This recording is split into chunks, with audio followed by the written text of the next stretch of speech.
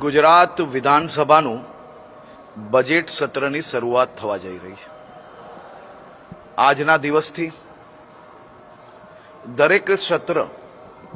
એ રાજ્યના નાગરિકોના હિતમાં લેવાયેલા નિર્ણયો હોય કે વિસ્તારની અંદર સમસ્યાઓ હોય કે આવનારા દિવસોમાં ગુજરાતને વધુ વિકાસ માટે આનાથી બી વધુ ઝડપે લોકોને વધુમાં વધુ કઈ રીતે વધુમાં વધુ ચાન્સ મળે તે માટે નવી યોજનાઓની વાત હોય, આ બધા જ વિષયો પર આ સત્ર દરમિયાન ચર્ચાઓ થવા જઈ રહી છે। મારી તમામ પક્ષોને, તમામ ધારાસભ્યોને વિનંતી છે, વધુમાં વધુ